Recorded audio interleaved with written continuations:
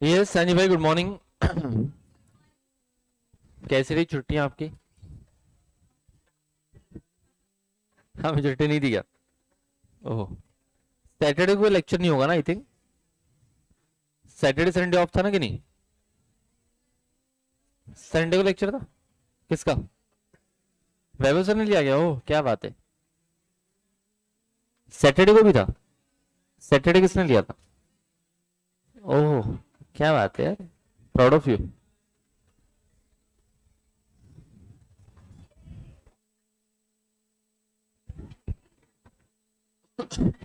वीरेंद्र जी धन्यवाद। अब दिख रहे हैं क्या सभी को? अब ओके, अब परफेक्ट है।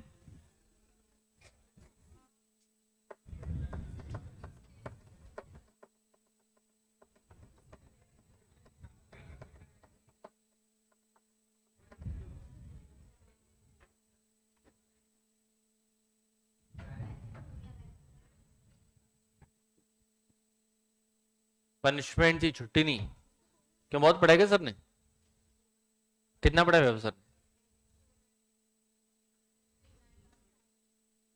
92? 932? चार पाँच घंटे ना? नॉर्मल। उसमें क्या है? उसमें क्या पनिशमेंट है कि नहीं? संडे था? अरे क्या, कोई संडे वनडे नहीं होता है। वो सब जॉब वाले केस में होता है। स्कूल और जॉब दो ही जगह पर संडे काम में आता है। स्टडी पीरियड में कोई सैटरडे संडे नहीं होता है।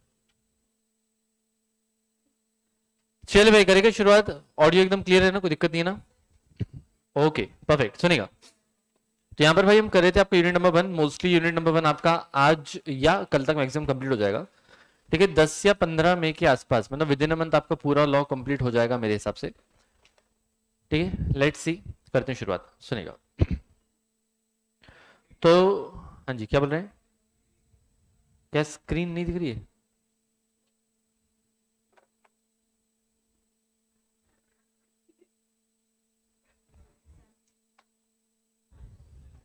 शानू जी शुक्रिया। केस स्टडी में फैक्ट्स नहीं लिखे तो चलेगा क्या? देखो, 3 नंबर का क्वेश्चन आया, अगर केस स्टडी अगर आपकी 3 नंबर की आती है तो फैक्ट्स नहीं लिखा तो भी चलेगा। ठीक है, लेकिन 4 या उससे ज्यादा रहा तो फैक्ट्स लिख देना। भले 2-3 लाइन में लिखो, लेकिन लिखना पड़ेगा। 4 घंटे क्लास लिया था, ठीक है, नॉर्मली ये 4 घंटे में कौन सी बड़ी बात है कि नहीं? है ना? मैं गया था ना मैच देखने, है ना? मैं थोड़ी लेकिन ग्राउंड में था जो आपको दिखूंगा वहां पर, है कि नहीं? ओके, चलिए। तो भाई आपने देखो लास्ट टाइम पढ़ा था communication of offer and acceptance का टाइम कब तक आप जो है ऑफर एक्सेप्टेंस आपका कंप्लीट होता है। फटाफट से मैं आपको एक बार वो रिकॉल करवा लेता हूँ। हमने जो लिखा हुआ है एग्जाम्पल्स में वही वाला ले लेता हूँ। ठीक है, एक बार इसको रिकॉल करते हैं और फिर चलेंगे आगे। सुनिएगा। तो हमने कहा था communication of offer and acceptance. Suppose A ने बी को ऑफर दिया हुआ है। सपोज ए ने बी को ऑफर दिया है। ए ने ऑफर दिया था 11 जुलाई को, एंड बी को समझो रिसीव हुआ था 19 जुलाई को, एंड बी ने उसके आगे पढ़ा था समझो 21 जुलाई को, है ना? ए ने यहां पर दिया हुआ था 11 जुलाई को, बी के पास पहुंचा था कब? 19 को, एंड बी ने उसको पढ़ा था कब? 21 को। तो मुझे बताओ कि कम्युनिकेशन ऑफ ऑफर कब कंप्लीट हुआ, 19 या 21? है ना, 21 जुलाई। तो उसमें वर्डिंग्स में क्या लिखोगे? The offer gets completed when it comes to the knowledge of the offeree. जिसको हमने ऑफर देके रखा है, जब उसके नॉलेज में आएगा तब आपका ऑफर कंप्लीट माना जाएगा। करेक्ट है? Okay.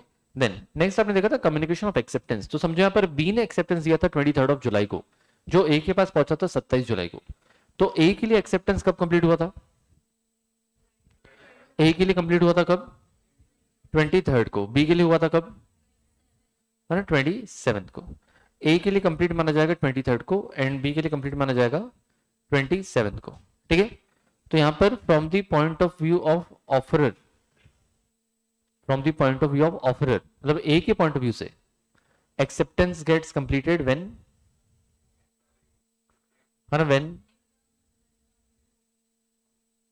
From the point of view of offeror मतलब ए, acceptance gets completed when,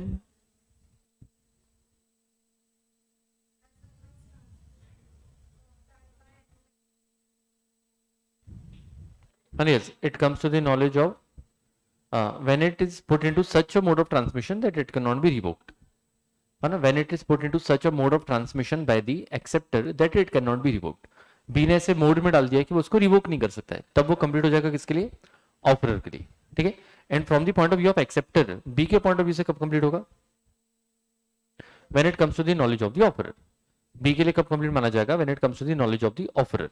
मतलब जब ए को पता चला था कि भाई एक्सेप्टेंस लेटर आ गया है, उस तारीख को बी यहां पर जो है ना बाउंड हो जाएगा। ठीक है, डन, परफेक्ट है ना? वर्डिंग ध्यान रखना है मेन। देन हमने यहाँ पर ये लिखा भी था, नेक्स्ट हमने कहा था टिल व्हेन द ऑफर और एक्सेप्टेंस कैन बी रिवोक्ड, तो हमने ये इसी डेट के थ्रू देख लेते हैं। अभी समझो for example A and B है, बी ने एक्सेप्टेंस दिया था 23 को, ए के पास पहुंचा था 27 जुलाई को, तो ये कब तक ऑफर को रिवोक कर सकता है? जैसे ए को अगर ऑफर रिवोक करना होगा तो 23 जुलाई के पहले, एंड बी को अगर एक्सेप्टेंस रिवोक करना होगा तो 27 जुलाई के पहले, है ना? ए को रिवोक करना होगा तो 23 के पहले, एंड बी को रिवोक करना होगा तो 27 के पहले। तो offer can be revoked when या टिल, क्या लिखोगे? है ना? Offer can be revoked before the, who gets bound, offer या ऑफरी? ऑफरी।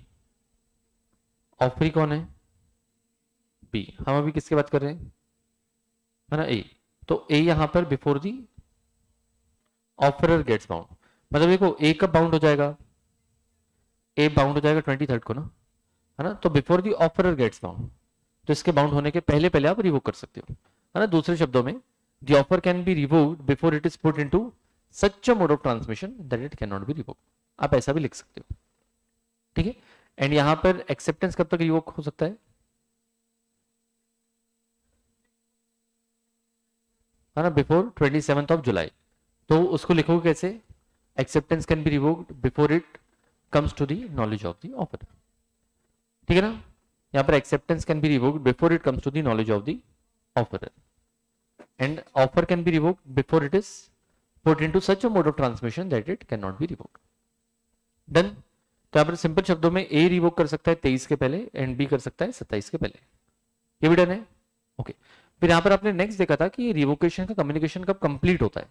जैसे फॉर एग्जांपल हमने ऑफर समझो अगर रिवोक किया, ए ने रिवोकेशन की चिट्ठी भेजी 3 को, एंड बी के पास पहुंची है 9 को, ठीक है? तो ए के लिए रिवोकेशन कब कंप्लीट होगा? 3rd या 9th? रिवोकेशन कब कंप्लीट हो जाएगा? 3rd या 9th? 3rd। ठीक है? यहां पर क्रॉस डिपेंडेंट आप नहीं है। रिवोकेशन में सिंपल फंडा होता है, चाहे ऑफर का हो चाहे एक्सेप्टेंस का हो, जिस दिन आपने यहाँ पे रिवोकेशन भेजा है उस दिन आप बाउंड हो जाओगे, जिस दिन सामने वाले को मिला है वो बाउंड हो जाएगा। ठीक है?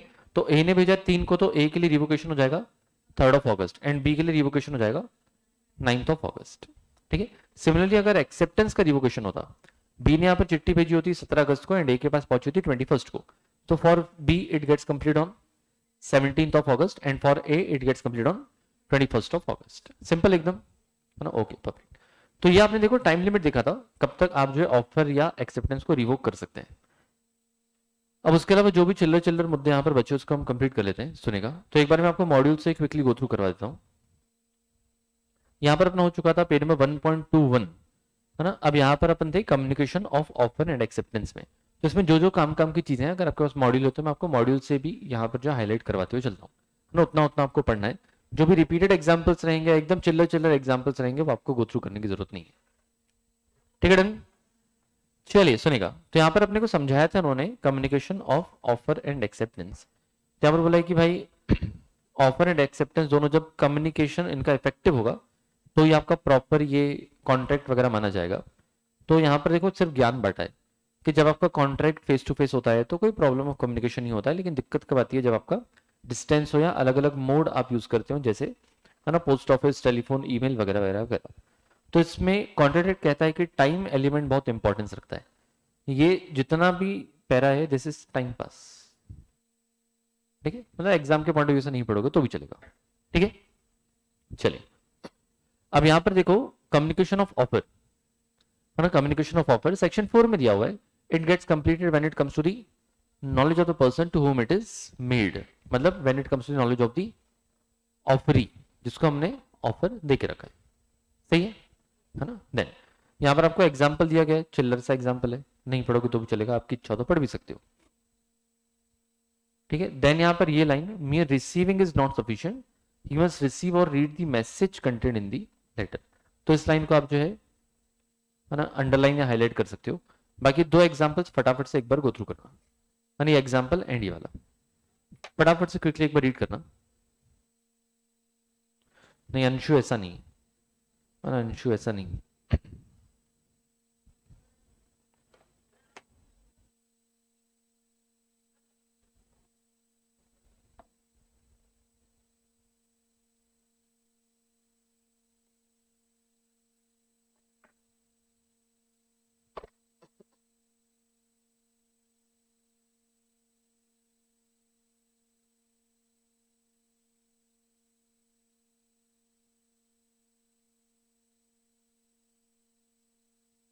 हाँ जी बताइए क्या बोल रहे हैं, जूम इन करें,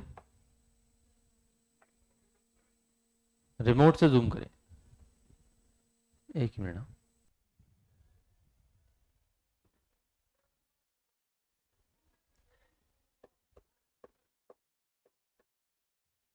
इसे जूम होता है क्या?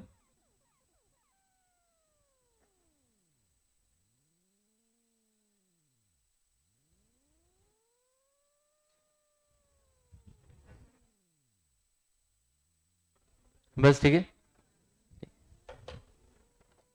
एडवांस प्रोजेक्टरी क्या बोल रहे हैं? एक ही मिनट रुको, मैंने एक में इसमें असिस्टिव टच दिख नहीं रहा है।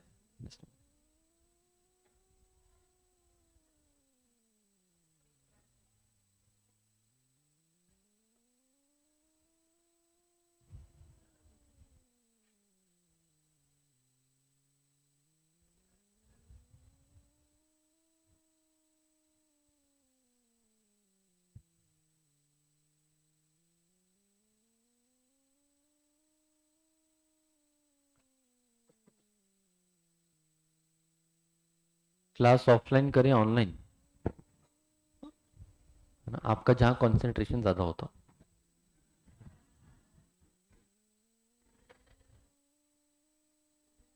चलो हो गया, पढ़ लिया, चले हम आगे। ओके, अब नेक्स्ट अपने को यहां पर दिया गया है कि कम्युनिकेशन ऑफ एक्सेप्टेंस। तो पहले तो ना इन्होंने आपको मोड समझाया है कि भाई कौन कौन से मोड से हम लोग कम्युनिकेशन कर सकते हैं एक्सेप्टेंस का। तो उसको 2 मिनट के लिए अपन होल्ड पे रखते हैं। हम ये पढ़ चुके हैं ऑलरेडी, है ना, हम ये वाला पढ़ चुके हैं ऑलरेडी, तो मैं आपको रीड करवा देता हूँ। तो in terms of section 4 it gets completed. मैं किसकी बात कर रहा हूँ? Communication of acceptance. तो एक्सेप्टेंस कब कंप्लीट होता है? एज अगेंस्ट दी प्रपोजर, मतलब ऑफर। जैसे ए ने यहां पर दिया था ऑफर बी को, तो for the proposer when it is put into the course of transmission to him, मतलब बी ने जब उसको पोस्ट किया है, as to be out of the power of the accepter to withdraw the same, that it has been put into such a mode of transmission that it cannot be revoked, उसका वापस नहीं ले सकते। तो ये bound हो जाएगा यहाँ पर A। And as against the accepter, मतलब B कब होगा? When it comes to knowledge of the proposer, मतलब ऑफर। ये भी डन है। ओके चलिए, देन अपने को बोला है where a proposal is accepted by a letter sent by the post. So the communication of acceptance will be complete as against the proposer when it is posted and against the acceptor when the letter reaches the proposer. ठीक है, तो यहाँ पर क्या बोल रहे हैं कि communication of acceptance कब complete होगा? Where a proposal is accepted by the letter sent by the post. The communication of acceptance will be complete as against the proposer, मतलब ऑफर के अगेंस्ट में जब उसको पोस्ट करेंगे, एंड एक्सेप्टर में when it reaches the proposer. तो ये repeated है ना ऊपर वाला, इसको आप जो है रिपीटेड है तो आप इसलिए इसको इग्नोर कर सकते हो। फॉर इंस्टेंस तो आप रीड कर लोगे, इजी है एकदम, तो वापस से इस पर टाइम नहीं डालते हैं। ठीक है, अब ये ना आपको अगेन पॉइंट दिया तो हुआ है लेकिन एग्जाम में नहीं आता है। ठीक है, इसमें क्या बोल के रखा है कि proposer will be bound even if the letter of acceptance is delayed in post और लॉस्ट इन द ट्रांजिट। अगर आपका लेटर यहाँ पर पोस्ट होने में डिले भी हो जाता है या फिर बीच में लेटर घूम भी जाता है, फिर भी आप बाउंड हो जाओगे। और इसमें वैसे उन्होंने बताया है कि प्रैक्टिकली दिक्कतें आएगी कि अगर आपका लेटर लॉस्ट हो गया, है ना, बीच में घूम गया, तो फिर सामने वाली पार्टी को पता नहीं चलेगा ना, है ना, प्रैक्टिकली दिक्कत रहेगी। लेकिन लॉ में ऐसा लिखा है तो भाई अपन ऐसा फॉलो करेंगे, ये ऐसा बोल रहे हैं आपको, एग्जाम में ये सब नहीं आता है। ओके, ये सिर्फ नॉलेज के पॉइंट ऑफ व्यू से आपको बांट के रखा है। देन यहाँ पर वही बोला है कि भाई ये आपकी जिम्मेदारी है कि करेक्ट एड्रेस होना चाहिए, प्रॉपर स्टैम्प वगैरह उसमें रहना चाहिए। देन लॉस ऑफ ट्रांजिट वगैरह वगैरह will not affect the validity of the contract. तो घूम भी गया अगर लेटर तो भी हम उसको वैलिड मानेंगे, ठीक है। लेकिन नीचे उन्होंने लिखा है कि भाई प्रैक्टिकल इसमें दिक्कत आएगी, so this will create an awkward situation. Perfect, done. चलिए अब नेक्स्ट अपने को बोला है आपका एक्सेप्टेंस और टेलीफोन और टेलेक्स और फैक्स। तो ये तो बाकी पॉइंट्स है, पहले मैं टाइम लिमिट वाले जितने हैं ना वो करवा देता हूँ, ठीक है। टाइम लिमिट वाले जो जो अपन ने पढ़ के रखे हैं वो मैं आपको करवा देता हूँ। जैसे यहाँ पर आप देखो पेज नंबर 1.24 पे तो आपको दिया गया revocation of offer and acceptance, है ना, revocation of offer and acceptance. इसको एक बार रीड करो। इतना हम रीड कर चुके हैं वैसे, पर फिर भी आपके हिसाब से एक बार रीड कर लो। किसी अगर आपको वर्डिंग्स में दिक्कत हो तो मुझे बताइए। विकास मिश्रा अनाउंसमेंट हो जाएगा। डी के मीना,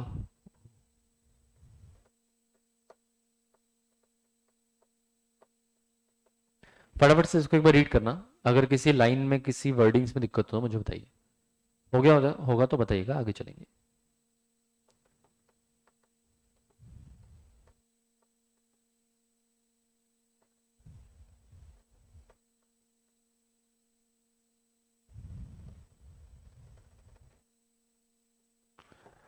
कामरान, रिवोकेशन मतलब एक्टिव कराना नहीं होता है, रिवोकेशन मतलब वापस लेना,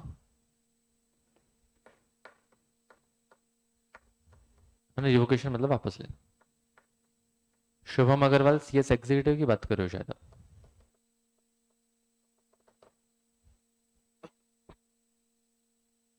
हो गया बड़ा, चले आगे।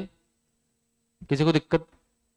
चलो परफेक्ट। चलो यहाँ पर बोला है कि again the above law can be illustrated as follows. तो यहाँ पर आपको जो है अगेन इन्होंने एग्जाम्पल ही दिया है, तो ये भी रिपीटेड है, मैंने ये भी रिपीटेड है। आपको वर्डिंग जो मैंने समझाई थी वो समझ गया तो ये पढ़ने की जरूरत नहीं। ठीक है, एग्जाम्पल 58 में क्या बोला है सुनना। मुझे बताओ कि अगर कभी ऑक्शन होता है, जब बोली लगाई जाती है, तो क्या हम जो बोली लगाते हैं क्या हम उसको वापस ले सकते हैं? हाँ, अगर हमने बोली लगा दी तो क्या हम उसको वापस ले सकते हैं? कितने लोगों ने यहाँ पर फ्रेंड्स देखा है? फ्रेंड्स, फ्रेंड्स कितने लोगों ने देखा है? हाफ हाफ देखा है क्या? अभी टाइम नहीं मिला होगा आपको, चलो कोई। हाँ ना, उसमें जोई करके जो अपना कैरेक्टर रहता है ना, उसमें एक जगह बोली लगाता है वो, ऐसे मजे मजे में लगा देता है, पैसे नहीं होते उसके पास, ठीक है।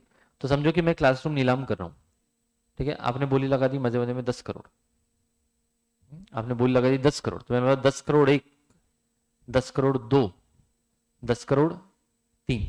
तो जैसे मैं 3 बोलूंगा कंप्लीट हो जाएगी बोली, आपको लेना पड़ेगा, है ना। तो क्या जो आपने ऑफर दिया था 10 करोड़ का, क्या आप उसको वापस ले सकते हो? ले सकते हो। वो जो अगर मैं हैमर फॉल कर रहा हूं तो थर्ड हैमर फॉल होने के पहले, है ना, उसके पहले आप ऑफर रिवोक कर सकते हो, उसके बाद नहीं। करेक्ट है, क्योंकि जैसे ही थर्ड हैमर फॉल होगा एक्सेप्टेंस हो जाएगा ना, एंड ऑफर को can be revoked before acceptance. तो एक्सेप्टेंस के पहले आप उसको वापस ले सकते हो। मतलब मैं जब तक थर्ड वाला, है ना, थर्ड वाला हैमर फॉल ना करूं थर्ड टाइम, उसके पहले आप जो है ऑफर रिवोक कर सकते हो, उसके बाद नहीं। लेकिन ठीक, कॉमन सेंस है ना। ओके चलिए, तो एग्जांपल नंबर 58 गो थ्रू करना, एग्जाम्पल नंबर 58 फटाफट से एक बार रीड करना।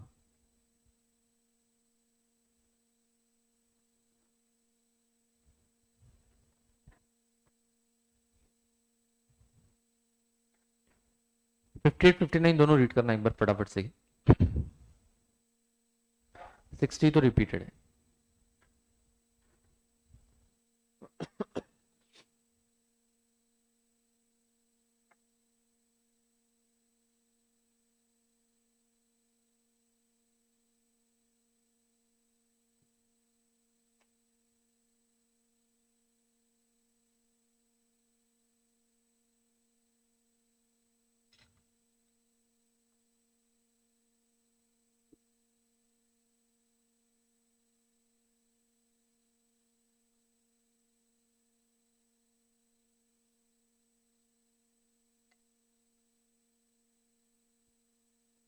नितिश, हर ऑप्शन के रूल्स अलग अलग होते हैं।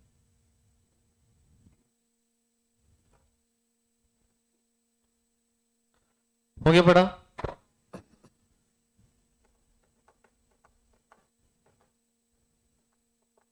कहीं पर डाउट, कहीं दिक्कत किसी वर्डिंग्स में, पैरा में, लाइन में, शब्द में? नहीं। चलिए सुनिए, और उसके बाद तो ये आपको टाइम पास दिया हुआ है। द नेक्स्ट आपको दिया गया है कॉन्ट्रैक्ट थ्रू पोस्ट। देखो यहां पर आपको एक छोटी सी चीज बताइए कि इंडिया में एक्सेप्टेंस रिवोक हो सकता है, लेकिन as per the English law वहां पर एक्सेप्टेंस रिवोक नहीं होता है। अगर आप इंग्लैंड में, एक्चुअली हमने क्या किया, हमने इंग्लिश लॉज को यहाँ पर कॉपी पेस्ट मारा है ना, तो जो भाई ब्रिटिश रूल्स हैं, ब्रिटिश लॉज हैं, उसके हिसाब से एक्सेप्टेंस एक बार दे दिया तो दे दिया, वहां पर आप एक्सेप्टेंस को रिवोक नहीं कर सकते हो। लेकिन इंडिया में आपके पास एक एक्स्ट्रा फैसिलिटी है, यहाँ पर एक्सेप्टेंस देने के बावजूद आप उसको वापस ले सकते हो। इतना ही डिफरेंस है, एग्जाम में कहीं पर काम में नहीं आता है, तब एक बार जैसे बता के रखता हूँ और आपको ध्यान रहेगा। चलिए नेक्स्ट आप देखिए, कॉन्ट्रैक्ट थ्रू पोस्ट में वगैरह वगैरह ये रिपीटेड है। कॉन्ट्रैक्ट ओवर टेलीफोन, टेलीफोन में भी इन्होंने क्या ज्ञान बांटा है कि अगर आप फोन में बात कर रहे हो तो कॉन्ट्रैक्ट तब कंप्लीट होगा जब आवाज एकदम क्लियर होगी, डिस्टरबेंस नहीं होगा, है ना। अगर आपकी आवाज क्लियर नहीं है, डिस्टरबेंस हो गया, कॉल ड्रॉप हो गया, तो क्या वो कॉन्ट्रैक्ट बनेगा? नहीं बनेगा। तो कॉन्ट्रैक्ट बनाने के लिए क्या करना पड़ेगा? वापस से कॉल करो। ऐसा है उसमें, ऐसा इसमें बोला है कि भाई फोन वोन पे अगर आपका कॉन्ट्रैक्ट हो रहा है तो उस केस में आपको, है ना, ये वॉइस डिस्टरबेंस वगैरह कोई, है ना, डिसकनेक्टिविटी ये सब नहीं चाहिए। तो ऐसे चिल्लर चिल्लर चीज ही बच्चों वाली यहाँ पर छाप के रखिए। जैसे if telephone unexpectedly goes dead during conversation, the acceptor must confirm again that the words of acceptance were duly heard by the offerer। ठीक है, समझ आया? चलिए, हमें देन अपने को समझाया modes of revocation of offer. तो आप कैसे कैसे रिवोक कर सकते हो। रिवोक मतलब क्या होता है? वापस लेना, है ना। तो ये चैप्टर का एंड है, बीच बीच के मुद्दे करवाता हूँ, ये भी कर ही लेते हैं लग्यांत। सुनो, है ना, ये कई बार एग्जाम में आता है, इसको इंपॉर्टेंट मार्क करना, है ना, इस वाले पोर्शन को इंपॉर्टेंट मार्क करना। Modes of revocation of offer, तो ऑफर कैसे हम वापस ले सकते हैं। आपके मॉड्यूल में अगर आप देखोगे तो आपको पेज नंबर 1.26 में मिलेगा। ठीक है, अगर आप नोट्स रेफर कर रहे हो मेरे दिए हुए तो उसमें अभी आपको लास्ट क्लास में मिलेगा।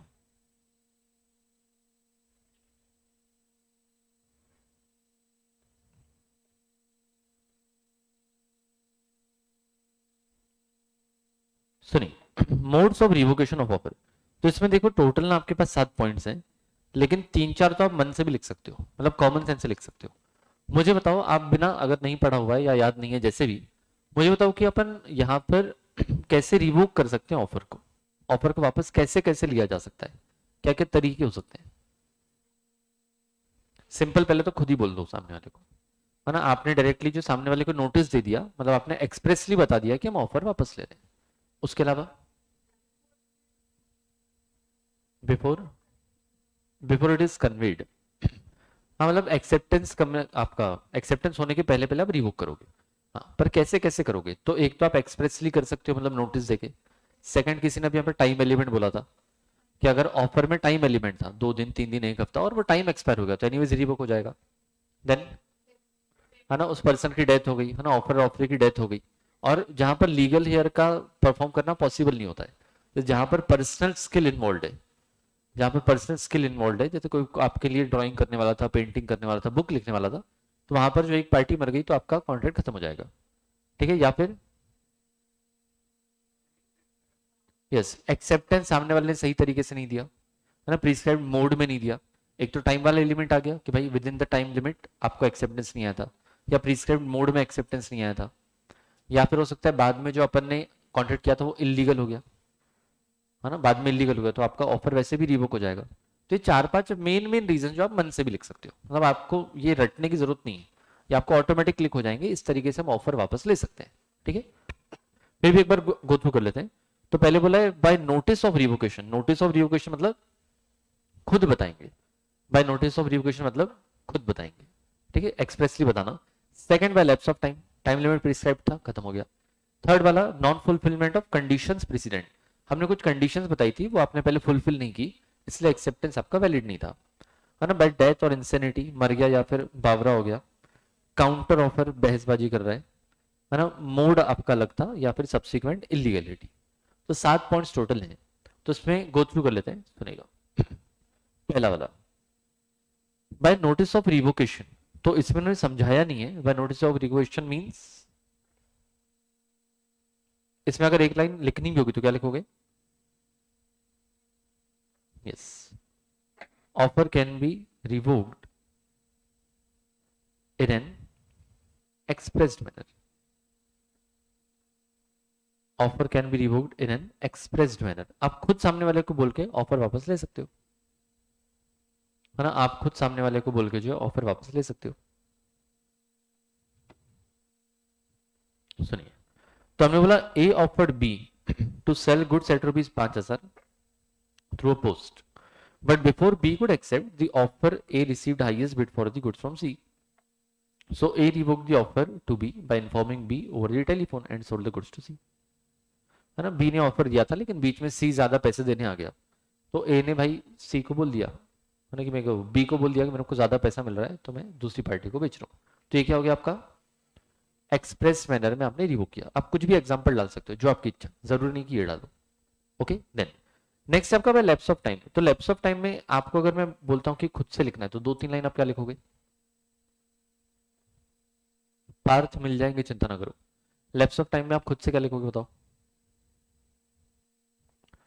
लैप्स ऑफ टाइम आपको लिखने बोला तो क्या लिखोगे? यस, है ना, when the time element is involved in an offer and the acceptance is not given within the prescribed time limit, then after the yes, if the time limit is prescribed and the acceptance not received within the prescribed time limit, then your offer will get revoked. And if the time limit is not prescribed, then it is should be received in a within a reasonable time manner. तो ये 2 line तो आप fix ही रखना, जो भी time limit वाले points आएंगे, ठीक है। फिर यहाँ पर आपको 1-2 केस लॉस के उन्होंने एग्जाम्पल दिए रहे, सुनिएगा। तो ये देखो प्रिस्क्राइब टाइम लिमिट वगैरह वगैरह, ये तो यही है। अब आगे इन्होंने एड ऑन क्या किया है, मैंने रैम्सगेट विक्टोरिया होटल में that a person who applied for shares in June was not bound by an allotment made in November. यहां पर केस लॉ का नाम याद नहीं रखा तो भी चलेगा, एग्जांपल ध्यान रखा तो भी ठीक है। तो यहां पर क्या बोल रहा है कि हमने किसी कंपनी से शेयर्स के लिए अलॉटमेंट मांगा था जून में, हमने अप्लाई किया था किसी कंपनी में जून में कि हमको भाई आपके शेयर्स लेने के लिए हम तैयार है, लेकिन कंपनी ने हमको शेयर्स कब दिए? नवंबर में। अभी नॉर्मली आज की डेट में अगर आप देखोगे तो अपन ने अगर कंपनी के शेयर्स के लिए अलॉट किया तो कितने टाइम में शेयर्स मिल जाते हैं? कुछ अंदाजा है ना, कितने टाइम में शेयर्स मिल जाते हैं? कुछ अंदाजा? 15 दिन 1 महीना मैक्सिमम, ठीक है। आईपीओ वगैरह जब आता है तो पूरा प्रोसेस आपका 15 दिन 1 महीने में हो जाता है। अभी तो खैर सेकेंडरी मार्केट में अपन स्टॉक एक्सचेंज में खरीदते हैं तो तुरंत बाइंग सेलिंग होती है, ठीक है।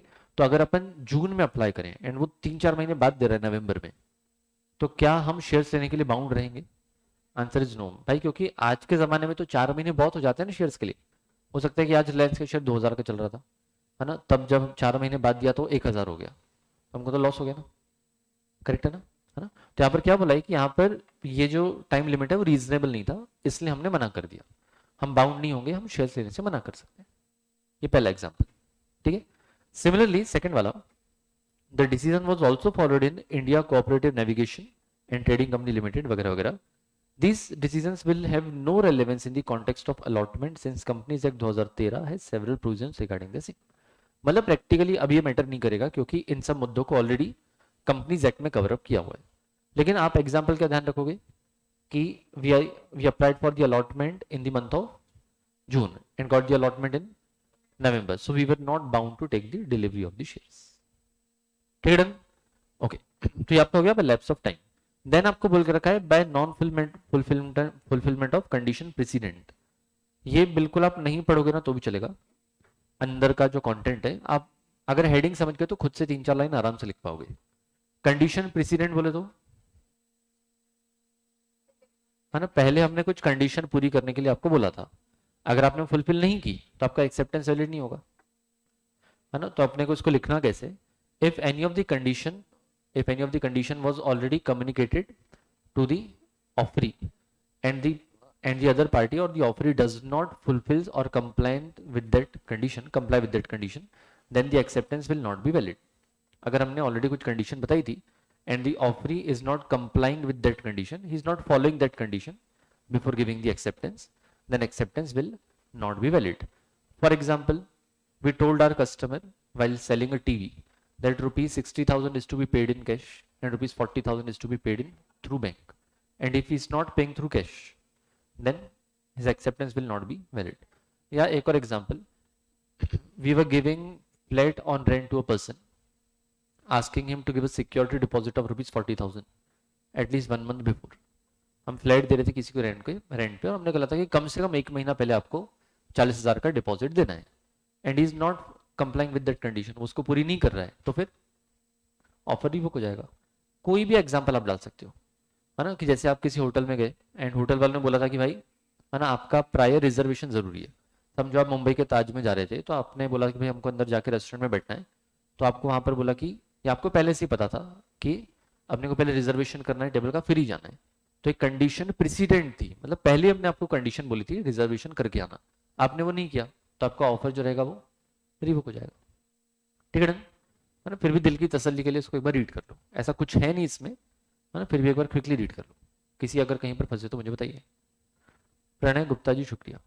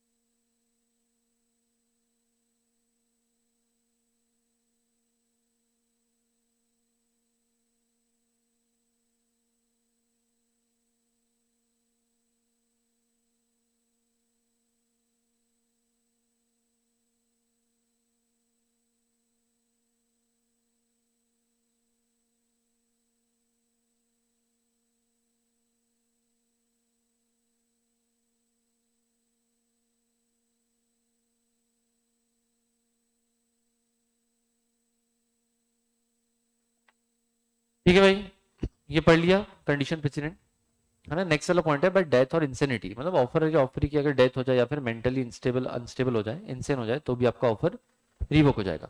काउंटर ऑफर तो आपको पता है, काउंटर ऑफर में क्या लिखोगे, when the other party is giving the modified acceptance then the original offer gets lapsed, the original offer gets revoked. ठीक है. then non acceptance of the offer according to the prescribed or usual mode, तो prescribed और usual mode वाला point था कि if the mode was prescribed and the acceptance is not in that mode then offer will be revoked, but if the objection is not raised within a reasonable time, लेकिन अगर reasonable time में objection आपने raise नहीं किया है then it will be a valid acceptance. याद है आपको, है ना, हमने कहा था फॉर एग्जांपल आपको व्हाट्सएप पे रिप्लाई करना है, आपने ईमेल से किया, वैसे तो मोड चेंज हुआ है लेकिन हमने रीजनेबल टाइम में ऑब्जेक्शन नहीं उठाया, तो फिर एक्सेप्टेंस वैलिड होगा. ठीक है. द नेक्स्ट वाला आपका बाय सब्सिक्वेंट इलीगलिटी, तो initially it was valid but because of change the circumstances और change in law it become illegal. ठीक है, डन. चले हम आगे. ओके, तो यहाँ पर ही आपके हो गए modes of revocation of offer. तो ये कई बार एग्जाम में आता है, बाकी इसके पहले जो जो चिल्लर मुद्दे बच्चे उसको हम कंप्लीट कर लेते हैं. तो आप आ जाइए पेज नंबर 1.22 पर, है ना. अब आपको ये सिर्फ समझाया है कि भाई कम्युनिकेशन ऑफ एक्सेप्टेंस के मोड क्या रहते हैं. एक्सप्रेस भी हो सकता है, इम्प्लाइड भी हो सकता है, बाय एक्ट भी हो सकता है, बाय ओमिशन भी हो सकता है. ओमिशन मतलब क्या होता है, भूल जाना, है ना, कुछ नहीं करने के कारण भी जो है आपका यहाँ पर, है ना, माना जा सकता है कि भाई एक्सेप्टेंस हुआ है. मेरे ख्याल से आपका यूनिट जो है कंप्लीट हो जाएगा, है ना, आज बनेगा. पेज नंबर था आपका 1.22. तो यहाँ पर आपको समझाया है कम्युनिकेशन ऑफ एक्सेप्टेंस. तो यहाँ पर बोला है कि भाई मोड ऑफ एक्सेप्टेंस क्या होते हैं, पहले तो ये देखो. तो उन्हें बोला है कि बाय एन एक्ट और बाय ओमिशन. हाँ, इतना इतना हाईलाइट करते हुए चलना. तो यहाँ पर आपके मोड ऑफ एक्सेप्टेंस दो होते हैं, एक होता है बाय आपका एक्ट एंड सेकंड होता है बाय ओमिशन. एक्ट मतलब कुछ करना, ओमिशन मतलब कुछ नहीं करना या भूल जाना. ओमिशन का कोई एग्जांपल दे सकता है क्या? ओमिशन कोई एग्जांपल दे सकता है कि एक्सेप्टेंस बाय ओमिशन कैसे होता है?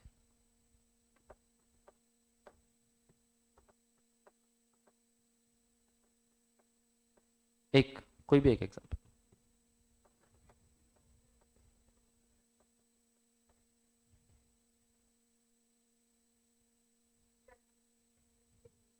गलती से?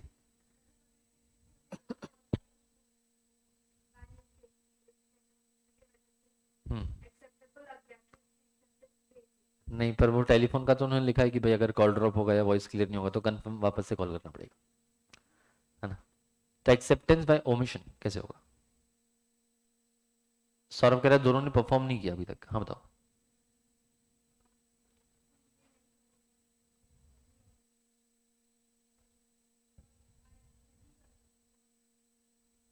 ठीक है, मतलब ये कह रहे हैं कि जो नॉन कॉम्पिट एग्रीमेंट होते हैं, नॉन परफॉर्मिंग, आपका नॉन परफॉर्मेंस एग्रीमेंट होता है कि आपने कुछ नहीं किया है ना, तो हम आपको पैसे देंगे। जैसे हमने लॉयर को यहाँ पर पैसे दिए 10 लाख रुपए की, भाई का केस मत लड़ना, है ना, तो उसे कुछ नहीं करने का पैसा मिल रहा है। ठीक है, उसके अलावा कुछ कंडक्ट ऑफ पार्टीज, अपने को ओमिशन देखना है, कुछ नहीं करने से मानना है। आप भूल गए, और आप कुछ भूल गए, आपने ओमिट कर दिया, फिर भी एक्सेप्टेंस मानते हैं। A offer to B to not to sell is car to C, है ना, ये जो आप एग्जांपल बोला ना, नहीं करने का पैसा, है ना, ये आपका मोर और लेस किस में आता है? एब्सटिनेंस में, है ना। एब्सटिनेंस की डेफिनेशन में ज्यादा फिट बैठेगा ये, है सही, यहाँ पर भी बैठेगा ऐसा नहीं है, बट ज्यादा, है ना, बेटर वहां पर बैठेगा। 30 डेज के अंदर हाँ बोलना था, भूल गया तो 30 डेज में एक्सेप्टेड माना जाएगा। ये तो ऑफर वैलिड होता ही नहीं है। हम्म,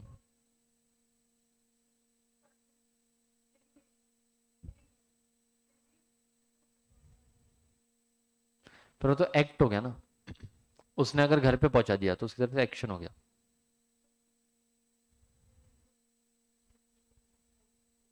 किसी ने फोर्स किया था वो तो।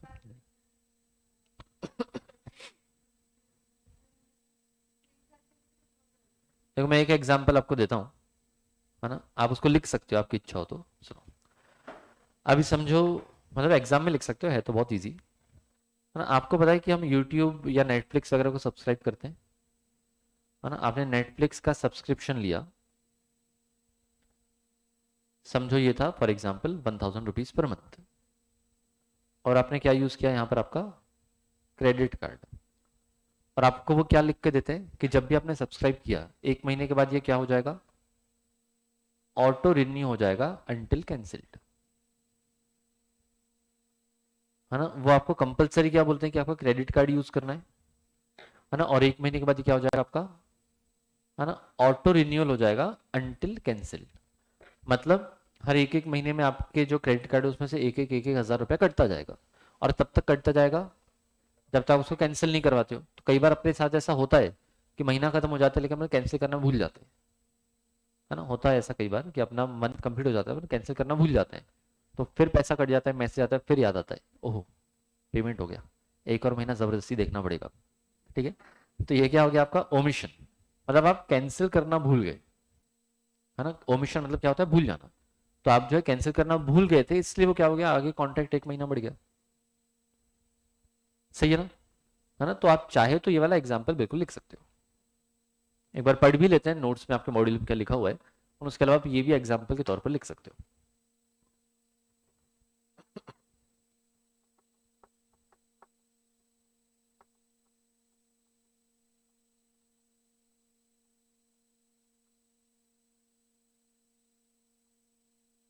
हो गया? कोई डाउट है?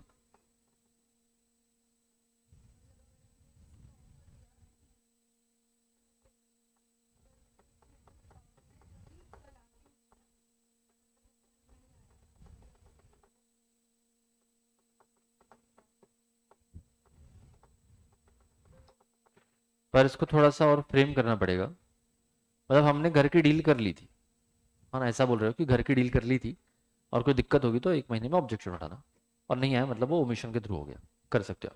एंड ऐसा होता है जब हम कोई घर वर या प्रॉपर्टी खरीदते हैं ना, तो हम एक न्यूज़पेपर में नोटिस देते हैं कि भाई ये वाला जो ओनर है ये इसको पार्टी को बेच रहा है, अगर किसी को भी ऑब्जेक्शन है, किसी को लगता है कि भाई वो घर की ओनरशिप क्लेम करना चाहता है, तो 1 महीने में कर सकता है। किसी को ऑब्जेक्शन नहीं आता है तो हमारे पास वैलिड ओनरशिप मानी जाती है। ये लिख सकते हो।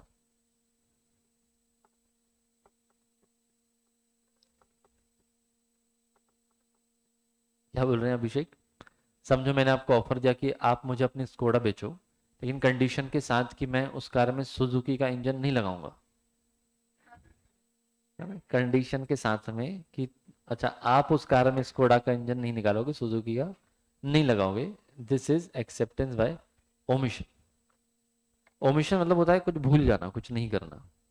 ठीक है, चलो सुनो एक बार पढ़ लेते हैं यहाँ पर। तो हमने बोला है कि पहले तो communication bye act. Communication bye act मतलब कुछ करने की, है ना, कुछ करके कुछ एक्शन कर रहे हो आप, कुछ एक्टिविटी कर रहे हो। तो यहाँ पर बोल रहा है कि भाई this includes any expression of words, whether written और ओरल दोनों चलेगा। Written words will include letters, telegrams, fax, emails वगैरह वगैरह।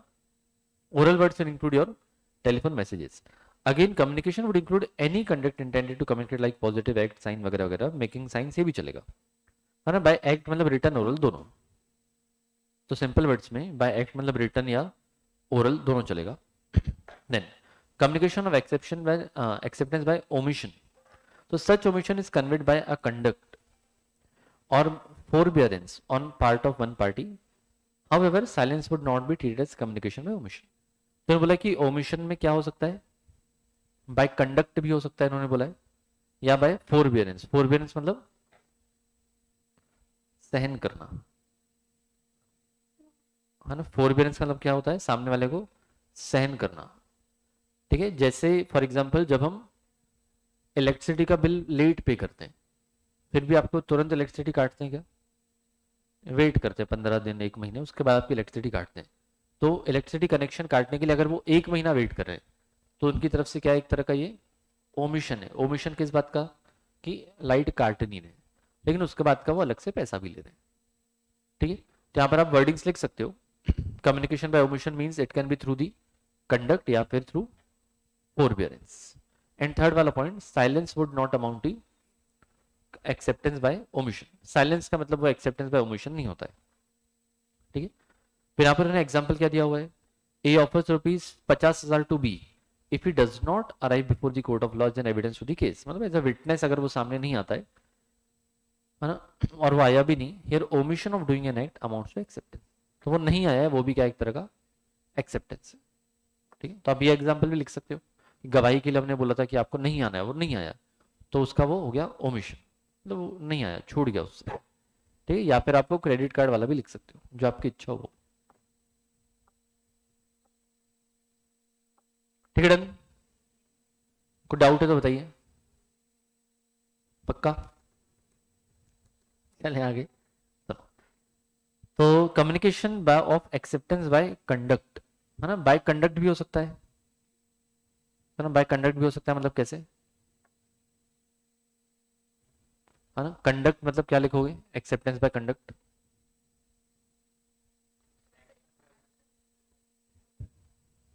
है ना। एक्शन करना है जिसको एक्सेप्टेंस मिल जाए, है ना। तो कंडक्ट मतलब it can be done in an implied manner as well, it can be done through the body language of the parties. तो ये एक दो वर्ड आप कंपल्सरी लिख सकते हो, बाकी आगे पीछे आप अपने हिसाब से लिख सकते हो। तो हमने क्या बोला है, delivery of goods at a price by a seller to a willing buyer will be understood as communication by conduct. Similarly, one need not explain when one boards a public bus or drop a coin in a weighing machine. तो example में, है ना, अगर आप public बस में चढ़ जाते हो, है ना, बिना कुछ बोले आपकी बस सामने रुकती है और आप उसमें चढ़ जाते हो, तो ये क्या एक्सेप्टेंस बाय कंडक्ट। या फिर आप वेइंग मशीन में 1-2 रुपए का सिक्का डालते हो, है ना, एंड उससे आप जो है फिर अपना वेट करते हो, तो ये भी क्या है, एक्सेप्टेंस बाय कंडक्ट। तो ये 2 एग्जाम्पल इसमें डाल सकते हो। ठीक है, पहला बोला है the first act is the conduct of acceptance against its communication to the offer by the public transport and the second its conveying machine. ठीक है, वो मत लिखो, आपको दिक्कत नहीं है ना। देन इसमें काम का क्या है, यहाँ पर, है ना, इतना आपके काम का है ना, ऊपर की 2-3 लाइन नहीं। तो यहाँ पर बोला है कि where a resolution passed by a bank to sell land to A remained uncommunicated to A. Bank ने डिसाइड किया था कि हम ये जमीन ए को बेचेंगे, लेकिन ए तक ये बात पहुंच नहीं पाई, है ना, ए तक जो ये बात है पहुंच नहीं पाई थी, it was held that there was no communication and hence no contract. ये कौन से वाले पॉइंट में आ जाएगा? Communication should be, acceptance should be communicated, ये उस पॉइंट में आप लिख सकते हो। ठीक है, चलिए देन नेक्स्ट वाला पॉइंट यहां तक तो आप कर चुके हैं, है ना, टेलीफोन टेलेक्स वाला। यहां से पढ़ लेते सुनिएगा। ऊपर वाला हो गया अपना कंप्लीट, है ना। चलिए तो यहाँ पर देखिए एक्सेप्टेंस और टेलीफोन और टेलेक्स और फैक्स। तो क्या कहते हैं कि टेलीफोन टेलेक्स वगैरह वगैरह से ये सब तब कंप्लीट माना जाएगा when the acceptance is received by the offeree, सामने वाले ने उसको रिसीव करना चाहिए। And contract is made at the place where the acceptance is received, है ना, जहां पर एक्सेप्टेंस रिसीव किया जाता है, जहां पर आपने बेसिकली एक्सेप्टेंस सुना है, वो प्लेस ऑफ एक्सेप्टेंस माना जाएगा। ठीक है, अभी समझो एक्सेप्टर बैठा है इंदौर में, आप बैठे हो पुणे में, मतलब आपने ऑफर दिया था, और आपने ऑफर दिया था, आप पुणे में बैठे हो, जो एक्सेप्टेंस दे रहा है वो समझो इंदौर में बैठा है ना, उसने बोला कि हाँ मुझे 100 किलो गांजा खरीदना है आपसे, है ना। ठीक है, तो एक्सेप्टेंस कहां पर सुना गया है ना, सुना फोन में गया है, लोकेशन गया है, आप लोग पुणे में हो तो आपने पुणे में सुना है ना, तो place of acceptance will be Pune. ठीक है, तो जहां पर एक्सेप्टेंस सुना जाता है वो प्लेस ऑफ एक्सेप्टेंस माना जाएगा। हाँ, तो इसको एक बार रीड करना इसको वापस से, है ना, और ये भी कर लेना स्पेशल कंडीशन। हेलो,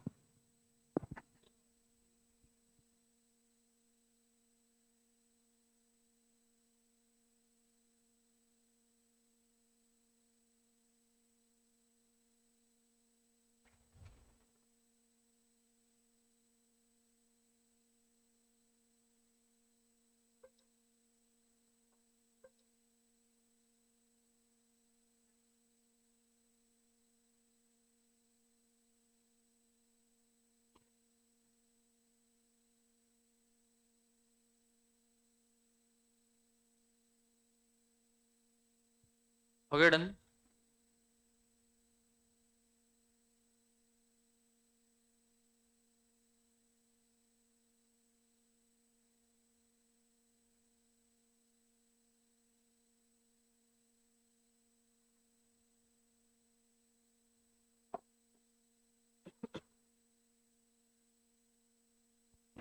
चलिए अब नेक्स्ट अपने को यहाँ पर दिया गया है communication of special conditions. Communication of special conditions, तो ये क्या कहते हैं, इसमें मेनली देखो दो बाइफर्केशन बनते हैं, स्पेशल कंडीशंस के मेनली दो बाइफर्केशन बनते हैं। एक ये क्या कहते हैं कि जब स्टैंडर्ड कॉन्ट्रैक्ट्स होते हैं, है ना, एक जब स्टैंडर्ड कॉन्ट्रैक्ट्स होते हैं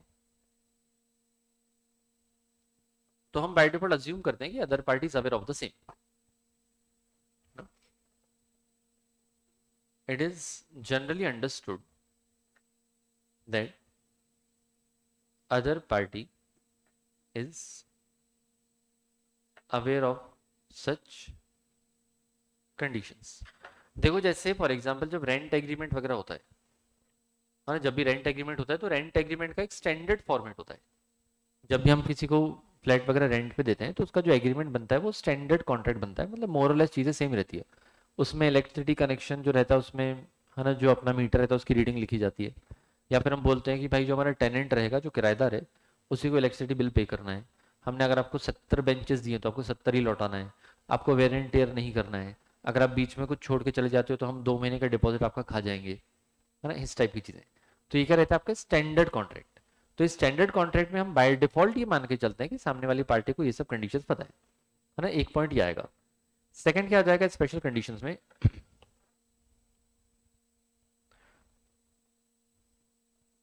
है ना, स्पेशल कंडीशंस में even if it is mention behind the ticket या फिर in head office,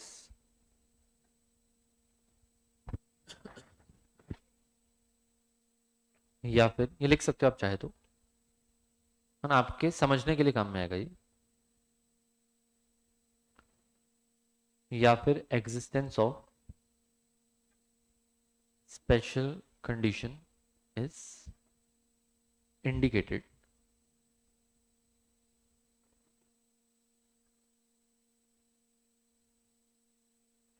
it is presumed that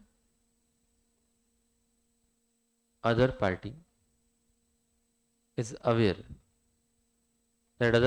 is aware of such conditions. हाँ सर,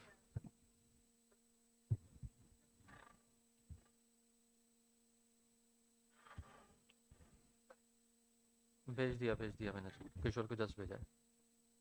हाँ ठीक है मैडम।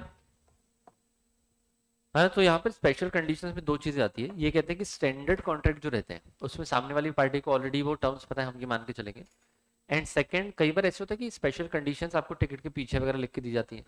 जैसे अपन इमेजिका गए तो टिकट के पीछे लिखा था कि भाई अगर कोई भी आपने राइड वाइड को तोड़ा है ना, उसमें आप उछल कूद मचा रहे हो तो हम आपसे 50 लाख रुपए लेंगे। तो आपने टिकट पलटा के देखी हो या नहीं देखी हो, हम तो ये मानेंगे कि आपको कंडीशन पता है। ठीक है। सिमिलरली एयरलाइंस में आप जा रहे थे, इंडिगो में आप जा रहे थे, तो वहां पर उनके हेड ऑफिस में नोटिस में लगा था कि अगर किसी लड़के ने वहां पर है ना एयर होस्टेस को छेड़ा तो उनसे 5 लाख रुपए मांगे जाएंगे। तो आपने उसको नहीं भी पढ़ा हो तो भी हम मानेंगे कि you are already aware about the condition. ठीक है। या फिर ऐसे देखो, बड़े बड़े बोर्ड्स लगे रहते हैं, होर्डिंग्स लगी रहती है जिसमें लिखा रहता है 70% डिस्काउंट, या सेल में लिखा था 70% डिस्काउंट, एंड वहां पर एक छोटा सा एक एस्टरिस्क, एक छोटा सा स्टार टाइप का बना रहता है, मतलब क्या, टर्म्स एंड कंडीशंस अप्लाई। तो वहां पर वो टर्म्स एंड कंडीशंस लिखते नहीं है ना, फिर भी हम क्या मानेंगे कि हमने स्पेशल कंडीशंस का यहाँ पर इंडिकेशन दे दिया है ना, we have indicated the existence of special conditions, हमने उसको इंडिकेट कर दिया है, तो भी हम मानेंगे कि आप उसके बारे में क्या हो, अवेयर हो। ठीक है। तो अब जो बातें इसी बारे में लिखी हुई है, चले हम आगे। है ना, इमेजिका क्या है, थीम पार्क है, वाटर पार्क है, थीम पार्क है ना, आप उछल कूद मचा सकते हैं वहां पर जाके। तो यहाँ पर क्या बोला है, कम्युनिकेशन स्पेशल कंडीशंस। तो यहाँ पर हमने बोला कि कुछ कुछ कॉन्ट्रैक्ट ऐसे रहते हैं कि जिसमें स्पेशल कंडीशंस होती हैं, and these are conveyed tacitly and acceptance are also conveyed by offeree again tacitly और without even him realising it. तो कुछ कुछ जगह ऐसी होती है जहां पर हमने आपको ये कंडीशंस बताई रहती है टैसिटली, टैसिटली बोले तो साइलेंटली, टैसिटली मतलब हमने आपको साइलेंटली बताया था एंड आपने भी उसको साइलेंटली एक्सेप्ट कर लिया था, हो सकता है आपको पता ना हो फिर भी। ठीक है। जैसे आप मूवी देखने गए और आपको वहां पर बोलता है कि भाई सामने वाले की सीट पर पैर मत रखना, रखा तो 500 रुपए का फाइन, ऐसा आपके पीछे लिखा हुआ था टिकट के, आपने नहीं पढ़ा था है ना, फिर भी आपने पैर रखा तो आपसे आके वो 500 रुपए का फाइन मांग लेगा क्या? यस, क्योंकि वो कंडीशन आपको बताई गई थी साइलेंटली पीछे लिख के, और आपने भी उसको एक्सेप्ट कर लिया था है ना साइलेंटली, तो आपको फॉलो करना पड़ेगा ऐसा। डन, चले हम आगे है ना, सॉरी। तो आपको एग्जाम्पल में देख रखा है, when a passenger undertakes a travel, the conditions of the travel are printed at the back of the tickets. Sometimes the special conditions are brought to the notice of the passenger, sometimes not. कई बार special conditions बताई जाती है और कभी कभी नहीं भी। तो यहाँ पर passenger is treated as having accepted the special condition the moment he bought the ticket. आपने जैसी टिकट ली है हम मान लेंगे कि आपने कंडीशंस को एक्सेप्ट कर लिया है। ठीक है, डन। चलिए नेक्स्ट है ना, अगर वाया एयर आप कहीं पर ट्रेवल कर रहे हैं तो अगर वो स्मॉल लेटर्स में भी लिखा हुआ है ना, तो भी हम मानेंगे कि आपको इसका अंदाजा है। कुछ कुछ चीजें एयरलाइंस के ऑफिस में लिखी रहती है तो भी हम मानेंगे कि आपको इसका अंदाजा है। ठीक है। And and and and and and and इसमें दो ही चीजें काम की है। ठीक है। देन एग्जांपल 57 में मैंने ये थोड़ा काम का है, ये दो जगह पर आपको काम में आएगा। तो यहाँ पर केस हुआ लिली वाइट वर्सेस आर मनुस्वामी। तो इस केस में क्या हुआ था, when a launderer gives his customer a receipt for clothes received for washing, the receipt carries special conditions and are treated to be having been duly communicated, and therein a tacit acceptance is implied by the customer's acceptance. Simple शब्दों में क्या लिखोगे आप इसको, if the clothes are given for laundry and some terms and conditions are written in that laundry receipt, even if the customer has not read the same, it will be considered that he has accepted the conditions. Simple अपने शब्दों में लिखना है, कोई भारी भरकम नहीं लिखना आपको। ठीक है। चलिए सिमिलरली आपको दिया गया यहाँ पर, P delivered some clothes to dry cleaner for which she received a laundry receipt. और रिसीट में क्या लिखा हुआ था कि भाई अगर आपका ये कपड़ा या जो भी साड़ी वाड़ी आपने दी थी अगर वो गुम जाती है तो आपको उसके मार्केट प्राइस का सिर्फ 15% मिलेगा। तो समझो अगर आपने एक 20,000 की साड़ी खरीदी है ना, पैठनी साड़ी खरीदी आपने 20,000 की, और उसका समझो अगर वो घुमा देता है आपका लॉन्ड्री वाला तो उसका सिर्फ 15% आपको मिलेगा, तो सिर्फ 3,000 देगा। तो क्या आपको चलेगा क्या? नई साड़ी लिया आपने, एक दो बार पहनी है ना, और आपने उसको लॉन्ड्री वाले को दिया, लॉन्ड्री वाले ने रिसीट में लिख के दिया था कि भाई आपके आपकी साड़ी घूम जाती है, तो हम आपको सिर्फ कितना देंगे उसका 15%। तो आपको चलेगा क्या? है ना, नहीं चलेगा, लेकिन फिर भी आपने लॉन्ड्री में दे दिया था। उसके बाद उसने साड़ी घुमा दी, है ना, उसकी घरवाली पहन रही थी और आपको बोला घूम गई, तो आप कोर्ट में चले गए। तो उस लॉन्ड्री वाले ने क्या बोला, देखो हमने तो पहले ही बताया था कि 15% मिलेगा, तो क्या आप उससे बाउंड हो जाओगे? केस लॉ में बोला था condition should be reasonable, condition should be reasonable, तो ये आप बाउंड हो गए। तो यहाँ पर केस ने, कोर्ट ने मना कर दिया। उसने बोला नहीं नहीं, जो जो मार्केट प्राइस है उतना आपको देना पड़ेगा, क्योंकि आपने बहुत अनरीजनेबल कंडीशन डाली है इसलिए। ठीक है, तो नॉर्मली क्या होता है कि इसमें जो भी कंडीशंस लिखी रहती है जनरली हम उससे बाउंड हो जाते हैं, लेकिन वो कंडीशन क्या होनी चाहिए? रीजनेबल होनी चाहिए। परफेक्ट है, समझ आई कि नहीं? चलिए, तो यहाँ पर बोला था the terms were unreasonable and P was entitled to recover the full value of the sari. Okay, देखें हम आगे। नेक्स्ट, आपने बोला स्टैंडर्ड फॉर्म्स ऑफ कॉन्ट्रैक्ट, जो मैंने आपको बताया ना, मतलब कि स्टैंडर्ड फॉर्म्स ऑफ कॉन्ट्रैक्ट में हम ऐसा मान के चलते हैं कि आपने स्टैंडर्ड कंडीशंस ऑलरेडी आपको पता है। तो इसको एक बार रीड करना ना, स्टैंडर्ड फॉर्म्स ऑफ कॉन्ट्रैक्ट को। और इसमें ना एक एग्जांपल है ट्रांसपोर्टर वाला। ये ट्रांसपोर्टर वाला एग्जांपल क्या है, मैं आपको बता देता हूँ, फिर आप इसको रीड करना। कि हमने गुड्स किसी ट्रांसपोर्टर को दिए थे, ट्रांसपोर्टर गुड्स लेके गया, और लेके जाने के बाद हमको उसने बताया कि अगर आपके गुड्स को कुछ हो जाता है तो मैं सिर्फ आधा ही नुकसान भरूंगा या 20-30% ही नुकसान भरूंगा। तो क्या ये कंडीशन वैलिड है? आपका जो ट्रांसपोर्टर गुड्स लेके गया ट्रांसपोर्टर में, है ना, ट्रांसपोर्टेशन में, उसके बाद उसने आपको बताया कि अगर आपके गुड्स को कुछ हो जाता है तो हम लॉस आपका उठाएंगे, but up to a certain limit. तो क्या वो उसका ये कंडीशन वैलिड है ना? क्या ये उसकी कंडीशन वैलिड है? नहीं है, क्योंकि उसने कॉन्ट्रैक्ट होने के बाद बताया। ट्रांसपोर्टेशन में दे दिया था, गुड्स लेके गया, उसके बाद उसने कंडीशन डाली है ना, ये कंडीशन सब्सिक्वेंट है, after the contract is made, after the acceptance is given, इसलिए ये ऐसी कंडीशन जो है वैलिड नहीं होगी। अगर वो ट्रांसपोर्टेशन के पहले ही बता देता, है ना, अगर वो ट्रांसपोर्टेशन स्टार्ट होने के पहले ही बता देता, तो फिर वो वैलिड माना जाता। ठीक है, इसको रीड करो।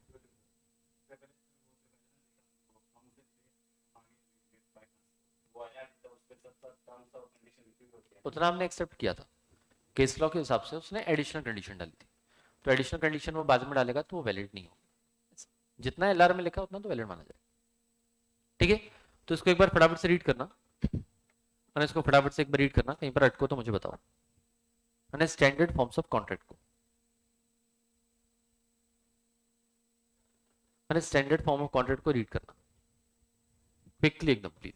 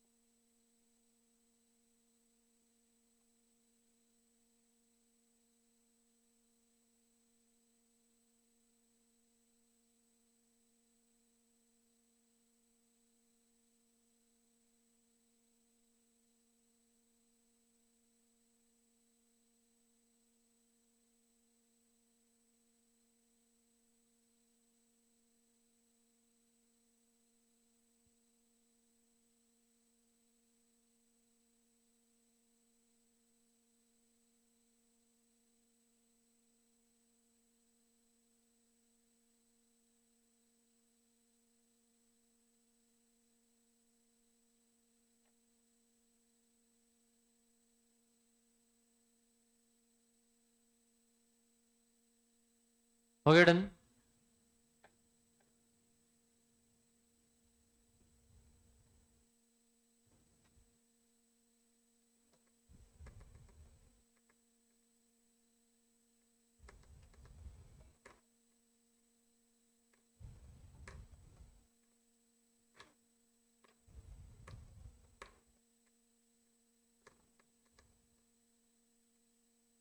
हो गया, चलिए। अब नेक्स्ट अपने को यहाँ पर दिया कम्युनिकेशन ऑफ परफॉर्मेंस। इसमें वैसे कुछ नया नहीं है ना। कम्युनिकेशन ऑफ परफॉर्मेंस में क्या बोलते हैं, जैसे आपका एक्सेप्टेंस वगैरह का कम्युनिकेशन था ना, वही मोर और लेस सेम चीजें। तो मैं बोला कि कम्युनिकेशन जो कंप्लीट होता है वो दो पॉइंट ऑफ व्यू से होता है, प्रपोजर के पॉइंट ऑफ व्यू से भी एज वेल एज एक्सेप्टर के पॉइंट ऑफ व्यू से भी। और एक कब कब होता है तो ये आप ऑलरेडी पढ़ चुके हो, तो इसमें कुछ नया नहीं है। फिर हमने बोला है कि भाई एक्सेप्टेंस हर बार कम्युनिकेट करना जरूरी भी नहीं है, जैसे हमने पढ़ा था किसमें, Carlill versus Carbolic Smoke Ball company. तो इसमें क्या अपने को डिसीजन आया था कि अगर जनरल ऑफर रहा एंड सामने वाले ने अगर उस कंडीशंस को फॉलो कर लिया है, कंप्लाई कर लिया है, तो हम ये मानेंगे कि आपने एक्सेप्टेंस दे दिया है। एंड वो एक्सेप्टेंस आपने कंपनी को नहीं भी बताया था तो भी वो एक वैलिड एक्सेप्टेंस था, क्योंकि जस्ट आपने क्या किया था वहां पर, कंडीशंस को फुलफिल कर लिया था इस वजह से। ठीक है, परफेक्ट है, ओके। हाँ, तो यहाँ पर देखो सेम चीज बताइए। अब हमको बोला कि the code does in process let down the following 3 important principles. तो Carlill versus Carbolic Smoke Ball Company में ये 3 प्रिंसिपल्स निकल के बाहर आए थे। तो ये काम के हैं, ये काम के हैं, बाकी सब तो रिपीटेड है। तो हमने बोला an offer to be capable of acceptance must contain a definite promise by the offerer that he would be bound provided the terms by the acceptor are accepted, मतलब by the offer are accepted। तो पहला principal क्या है कि आपका जो promise है मतलब वो इतना डेफिनेट होना चाहिए कि सामने वाले ने अगर उसको एक्सेप्ट कर लिया, कंडीशन पूरी कर ली, तो ऑफर क्या हो जाएगा, बाउंड। सेकंड, आपका ये ऑफर जो है स्पेसिफिक भी हो सकता है एंड जनरल भी हो सकता है। If an offer is made in the form of a promise in return for an act, the performance, even without any communication, is to be treated as acceptance of the offer। तो हमने क्या बोल के रखा था कि अगर हमारा ऑफर तब कंप्लीट माना जाएगा, मतलब एक्सेप्टेंस तब कंप्लीट माना जाएगा जब आपने बदले में कुछ एक्ट किया हो। हमारा एक्सेप्टेंस तब कंप्लीट माना जाएगा जब आपने बदले में कुछ एक्ट किया हो। तो उस केस में आपने अगर कम्युनिकेट नहीं किया एक्शन के बारे में तो भी हम कॉन्ट्रैक्ट मान लेंगे। जैसे Carlill carbolic Smoke Ball Company में क्या हुआ था कि सामने वाले को हमने बोला था प्रॉपर इंस्ट्रक्शंस फॉलो करने एंड आपको स्मोक लेना है, तो आपको इन्फ्लुएंजा नहीं होगा। तो सामने वाले को एक एक्शन करना था, क्या करना था कि इंस्ट्रक्शंस फॉलो करना था। तो हमने अगर आपको बोला था कि हमारा ऑफर तब एक्सेप्ट माना जाएगा जब आप कुछ है ना कंडीशंस फॉलो करोगे, एंड अगर आपने कंडीशंस फॉलो कर दी और हमको नहीं भी बताया तो भी हम मान लेंगे कॉन्ट्रैक्ट हो चुका है। तो ये 3 प्रिंसिपल्स यहां से निकल के आए थे। तो पहला वाला प्रिंसिपल क्या है कि आपका जो ऑफर है, यहाँ पर साइड में लिखता हूँ शॉर्ट में, फर्स्ट वाले का मेन जो क्रक्स है वो ये है कि आपका ऑफर जो है वो डेफिनेट होना चाहिए, है ना, कि जैसी कंडीशंस कंप्लाई हो ऑफर हो जाएगा उससे बाउंड, है ना, ऑफर उससे बंध जाएगा। ये पहला पॉइंट। सेकंड पॉइंट तो ये है कि ऑफर जो आपका जनरल भी हो सकता है एंड स्पेसिफिक भी हो सकता है ना। थर्ड वाला, if conditions prescribed have been complied with, then the same are not required to be communicated and still that will be a valid contract। अगर आपने कंडीशंस पूरी कर ली थी तो आपने अगर नहीं भी बताया तो भी आपका वो वैलिड कॉन्ट्रैक्ट माना जाएगा। इसको अगर आपको थोड़ा सिंप्लीफाई करके लिखना है तो आप लिख सकते हो।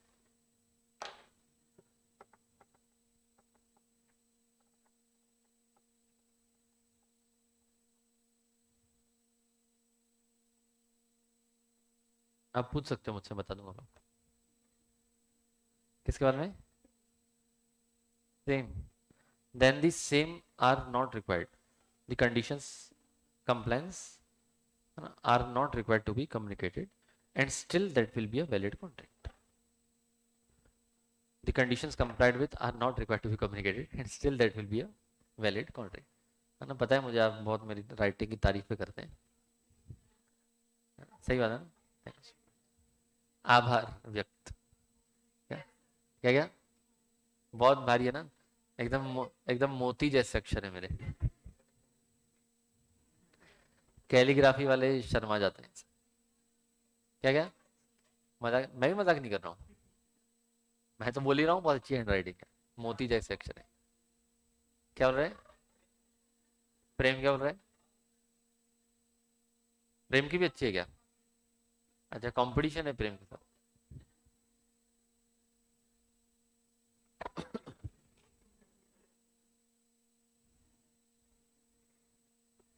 शुभम, वो क्वेश्चन बैंक में भी आईसीआई के ही आंसर्स हैं।